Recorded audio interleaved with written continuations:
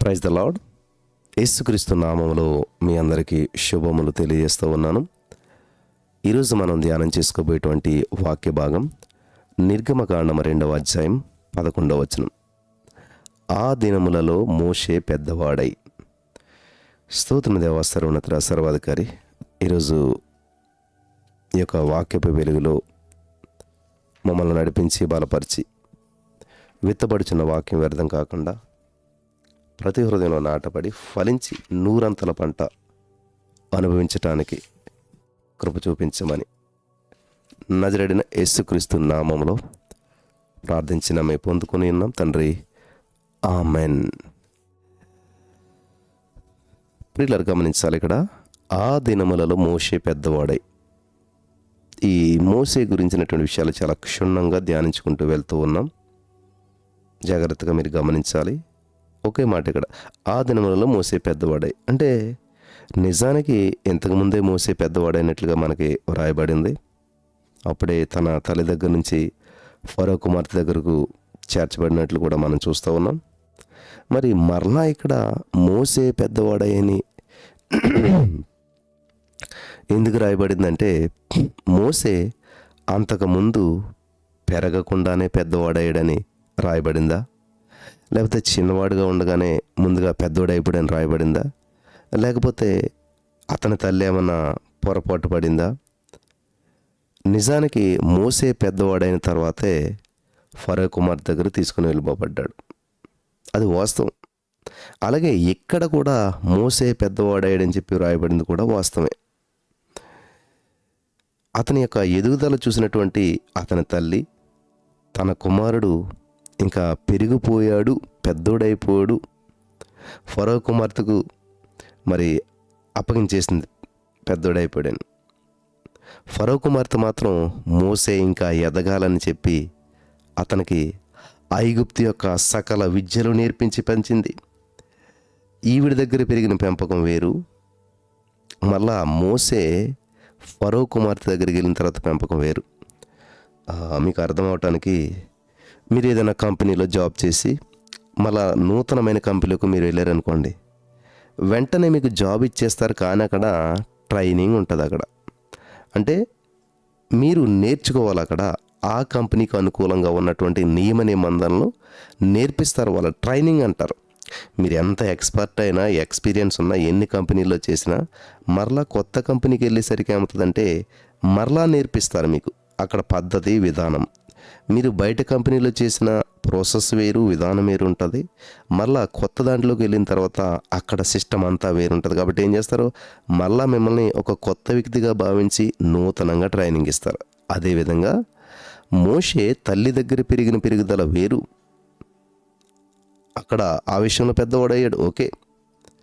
అదే మీరు వేరే విషయంలో పెద్ద పోస్ట్ అవ్వచ్చు, కానీ మళ్ళీ కొత్త కంపెనీలో కొద్దిలకి మళ్ళీ మిమ్మల్ని ఒక నూతనమైన వ్యక్తిగానే మరలా ట్రైన్ అప్ చేస్తారు వాళ్ళంతా కూడా. హల్లెలూయా. అర్థమైన వాళ్ళందరూ ఆమెను చెప్దాం. అలాగే ఇక్కడ మోసే కూడా ఫరో కుమార్తె దగ్గర మరి చిన్నోడుగానే భావించింది ఆవిడ. సకల విద్యలు అంటే ఒక రాకుమారునికి ఉండవలసినటువంటి సకల విద్యలు ఫరో కుమార్తెగా మరి ఆమె ఒక రాకుమారుడిగా ఉండవలసినటువంటి సకల విద్యలు అన్నీ నేర్పించింది. మరి యొక్క ఇద్దరు తల్లులు మోసే పెద్దవాడయ్యాడని భావించిన తర్వాత కూడా అరణ్యంలో తన మామ ఏం చేశాడంటే పశువుల మందను మేపుతూ, మరి మోసే గారు తన మామగారు అయినటువంటి ఆ పశువుల మందలు మేపుతూ అనేక పాఠాలు నేర్చుకుంటూ పెరిగాడు. మళ్ళా తల్లి దగ్గర ఆయన ట్రైనింగ్ సరిపోలేదు, అలాగే ఫరో కుమార్తె దగ్గర ఆయన ట్రైనింగ్ సరిపోక దేవుడు ఏం చేశాడంటే 40 సంవత్సరాలు మళ్ళీ అక్కడ అరణ్యంలో ట్రైనింగ్ ఇచ్చాడు. అది ఒక అద్భుతమైన ట్రైనింగ్, జీవితం నేర్పేటువంటి పాఠాలు అవన్నీ కూడా. ఈ విధంగా ముగ్గురు దగ్గర ట్రైనింగ్ పొందినటువంటి మోసే గారు, నెంబర్ 1 కన్న తల్లి, నెంబర్ 2 ఫరో కుమార్తె, నెంబర్ 3 దేవుని దగ్గర. ఈ విధంగా ముగ్గురు దగ్గర ట్రైనింగ్ అయ్యేసరికి మోసేకు 80 years పట్టిందనమాట, 80 సంవత్సరాలు. హల్లెలూయా. అనేక పాఠాలు నేర్చుకుంటూ పెరిగాడు మోసే గారు. ఇలా మోసే ఎదుగుతూనే ఉన్నాడు. ఆమేన్. ఆ రోజుకు మోసే ఎదిగినవాడే అయ్యుండొచ్చు. కానీ రేపటికి అతడు ఇంకా ఎదుగుచున్నటువంటి వాడుగానే ఉంటాడు.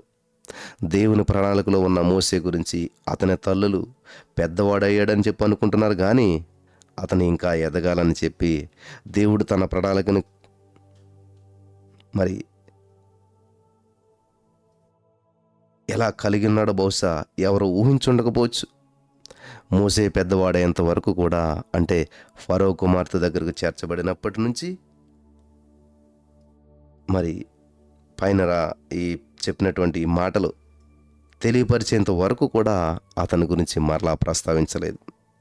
తన తల్లిదండ్రుల దగ్గర దేవుని చిత్త ప్రకారం ఎలా జీవించాలో తెలుసుకుని ఆ విధంగా ఎదిగినటువంటి మోషే అక్కడ నుండి ఐగుప్తు రాజభవనానికి చేర్చబడిన తర్వాత కూడా ఎదిగి పెద్దవాడైనట్లుగా ఉంది. తన తన వారెవరైతే ఉన్నారో వాళ్ళ దగ్గర ఉన్నప్పుడు తనకు అనుకూలమైన సమయంలోనూ, అలానే తనను బానిసలుగా చూస్తున్నటువంటి ఐగుప్తు రాజు ఆ యొక్క భవనంలోనూ అననుకూల సమయాల్లోనూ మోసే ఎదుగుతూనే వచ్చాడు. దేవుని చిత్తంలో ఉన్నటువంటి మోసే తన చుట్టూ ఎలాంటి పరిస్థితులున్నా కానీ తాను మాత్రం ఎదుగుతూ ముందుకే సాగాడు. ఈరోజు నీ మాటలు వింటున్న ప్రియులారా, మీలో చాలామంది బ్రదర్ మేము ఏమీ సాధించలేకపోతున్నాం, ముందుకెళ్ళలేకపోతున్నాం, పరిస్థితులన్నీ ప్రతికూలంగా ఉన్నాయి అని మాట్లాడుతుంటే, మోసే కన్న తల్లి దగ్గర ఎదిగాడు. ఫరో కుమార్తె, ఫరో ఇంట్లో ప్రతికూల పరిస్థితుల్లో కూడా ఎదుగుతూనే వచ్చాడు, ఎదుగుతూనే ముందుకు సాగిపోయాడు. ఒకప్పుడు దేవుని యందు బలంగా ఎదిగినటువంటి నీవు, దేవుని కొరకు గొప్ప కార్యాలు చేయాలని ఆరాటపడినటువంటి నీవు ప్రస్తుతం ఎందుకు మరి దేవుని ప్రణాళికలో ఎదగలేకపోతున్నావు కదా. ఒకప్పుడు ఎంతగానో ప్రార్థించేటువంటి నీవు, ఎంతగానో ప్రభు రాజ్యం కొరకు పరిశుద్ధ జీవితం కొరకు పరితపించేటువంటి నీవు ఏ స్థితిలో ఉన్నావు? విస్తారమైన పనులు నా చేతిలో ఉన్నాయని చెప్పి, నేను చేస్తున్నది ఆయన పని అని చెప్పి సర్ది చెప్పుకుంటున్నావు కదా. కానీ ఒకప్పటి నీ ఆత్మీయతకు ఇప్పటి నీ మాటల వెనుక దాగి ఉన్న ఆ అర్థాలకు ఎంత తేడా ఉందో గమనించావా? నీవు ఆధ్యాత్మికంగా ఎదగకపోవడానికి కారణం నీ చుట్టూ ఉన్న పనులను, లేక నీవు కలిగినటువంటి సమస్యలను, మరి ఏ ఇతర కారణాలను సాకులుగా చెప్పుకుంటూ ఎంతకాలం ఇలా చేస్తావు? ఎంతకాలం ఇలా గడిపేస్తావు? ఇటువంటి జీవితాన్ని జీవిస్తావు? ఇంకెప్పుడు నీ ముందున్నటువంటి దేవుని కొలబద్దకు సరిపడేంతగా ఎదగటానికి ప్రయత్నం చేస్తావు? ప్రభు నీ మీద ఎంతో నమ్మకం ఉంచాడు. నా ప్రియమైనటువంటి సహోదరి, స్నేహితులరా, ఇంకెంతకాలం నీవున్నా ఆ స్థితిలోనే సర్దుకుపోతూ ఉంటుంటావు. ఆయన నీ కొరకు ఏర్పరిచినటువంటి ప్రయాణం బహు ఉన్నతమైంది. ఈ మాటలు నీ కొరకని గ్రహించి ఆయన కనికరం కొరకు ప్రార్థించు. ఆయన తప్పకుండా నీకు సహాయం చేస్తాడు. నీ చుట్టూ ఉన్న పాపాన్ని ఆశించకుండా, నీ ఉన్న పరిస్థితులను చూడకుండా, నీ సమస్యలను బట్టి భయపడకుండా ప్రభు వైపే చూడు. అసాధ్యాలను సుసాధ్యం చేయగలిగినటువంటి మన దేవుడు మనకున్నాడు. భయపడకు, బాధపడకు. నీ ప్రభు సమస్తాన్ని బాగు చేయగలడు, బాగు చేస్తాడు. నీవు చేయవలసిందల్లా నీ కొరకు ప్రాణం పెట్టిన నీ యేసు వైపే చూస్తూ ముందుకు సాగిపోవాలి. నీ అవసరాలను కాదు, నీకున్న అప్పులను కాదు, నీ ఇంటిలో ఉన్న అనారోగ్యాలను కాదు నీవు చూడవలసింది. ఇంకా ఇవి మరి తీర్చబడలేదు ఇంకా ఇవి తొలగించబడలేదే అని దేవుని మీద నమ్మకాన్ని పోగొట్టుకుంటే, ఆయన చిత్తానికి దూరం అవ్వడానికి ప్రయత్నిస్తే నీకంటే అభాగ్యులు ఈ లోకంలో ఎవరుంటారు? నీకున్న పరిస్థితులన్నిటికంటే కూడా యేసయ్య నామం ఉన్నతమైందని చెప్పి నీకు తెలీదా? ఒకవేళ నీవు కొంచెం కాలం శ్రమ పొందిన తర్వాత నీకు ఇవ్వవలసినటువంటి ఆ మహిమ కిరీటాన్ని ఇవ్వాలని చెప్పి, నీ కొరకు ఏర్పరిచినటువంటి ఆ ఉన్నతమైన భవిష్యత్తును నీకు అందించాలని చెప్పి ఎదురు చూస్తున్న దేవునికి ఎందుకని ఈసారి అవకాశం ఇచ్చి చూడకూడదు? గతకాలం నీ జీవితంలో అనారోగ్యాలను, అవసరాలను తీర్చిన దేవుడు, అపాయాల నుంచి తప్పించినటువంటి దేవుడు, అదే దేవుడు ఇప్పుడు కూడా నీ బ్రతుకులో, నీ కుటుంబంలో అద్భుతాలు చేయడానికి సిద్ధంగా ఉన్నాడు. ప్రణాళికలు సిద్ధం చేశాడు. స్వతంత్రించుకోవాలి. అయితే ఆయన కోరుకునేది మాత్రం నీవు స్థిరంగా దేవుని ఉద్దేశాల్లో ఎదుగుతూ ఉండాలనే. నీ చుట్టూ ఉన్న వాటి మీద లక్ష్యం ఉంచకుండా నీ ప్రభువు పైనే, నీ ప్రభు వైపే చూస్తూ ముందుకు సాగిపోవాలి. మిగిలినవన్నీ ఆయనే చూసుకుంటాడు. సమస్తాన్ని చక్కబెట్టడానికి ఆయన శక్తిమంతుడు. ఆమేన్. నమ్ముతున్నావా? ఈరోజు ఈ యొక్క వర్తమానం నీకోసమని నమ్ముతున్నావా? అవును బ్రదర్, నిజమే. నా జీవితం గతంలో లా లేదు ఇప్పుడు. గతంలో ఎంతగానో దేవుని మహిమపరుస్తాను, స్తుతించాను, గణపరిచాను. కానీ ఇప్పుడు అనుకున్నంతగా ప్రార్థించలేకపోతున్నాను, అనుకున్నంతగా దేవుని సందర్భంలో ఉండలేకపోతున్నానంటే ఈరోజు దేవుడు అవకాశం ఇస్తూ ఉన్నాడు. ఆయన కనికర సంపన్నుడు. మరి ఆయన వైపు చూద్దామా? అయితే నాతో పాటు ఈ ప్రార్థనలో ఏకీభవించండి. ప్రభువా, నా చుట్టూ ఉన్న పరిస్థితిని బట్టి, నేను కూరుకుపోయిన నా పాపిష్టి అలవాట్లను బట్టి నీకు దూరమైపోతూ వస్తున్నాను దేవా. నాకు నీ ప్రేమను బట్టి తెలియజేసిన ఈ మాటలను నా కొరకైనా నేను భావిస్తూ ఉన్నాను. ఈ మాటలకు నేను ఏమివ్వగలను దేవా? విస్తారమైన పనులు పెట్టుకుంటూ విలువైన నీ సాన్నిధ్యాన్ని మరిచాను దేవా. నన్ను క్షమించు. నాకున్న సమస్యలను బట్టి, నా కుటుంబ పరిస్థితులను బట్టి నీ అందు నేను ఆనందించలేక, నాకు ఇవ్వబడినటువంటి నీ యొక్క గొప్ప ప్రణాళికను పరిపూర్ణంగా ఆచరించలేక నిన్ను బహుగా దుఃఖపరిచాను. ఎలాంటి ఎదుగుదల లేనటువంటి స్థితిలో ఉండిపోయినటువంటి నాతో మాట్లాడిన దేవా, నేనంటే ఎంత ప్రేమ యేసయ్యా నీకు. ప్రభువా, నా చుట్టూ ఉన్నటువంటి వాటిని చూడకుండా నేను మరి ఉన్నటువంటి ఏ స్థితిలోనైనా సరే నీకు మహిమకరంగా జీవించే ఆత్మీయ ఫలాలను కలిగినటువంటి జీవితాన్ని నాకు ఇచ్చినందుకు వందనాలు యేసయ్యా.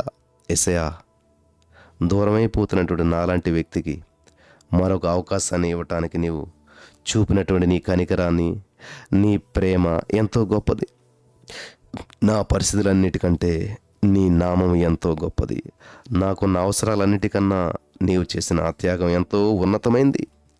నీ ప్రేమను కలిగి, నీ త్యాగాన్ని గురించి ధ్యానిస్తూ నీ చిత్తంలో నన్ను నిత్యము ఎదుగుచూ ఉండనియండి యేసయ్యా. యేసయ్యా, ఇది మొదలుకొని నా జీవితకాలం అంతా కూడా నీకు మహిమకరంగా నీ మార్గంలోనే నడిచే భాగ్యము, నీ మార్గంలోనే ఎదిగే ధన్యత నాకు ఇస్తున్నందుకు వందనాలు ప్రభువా.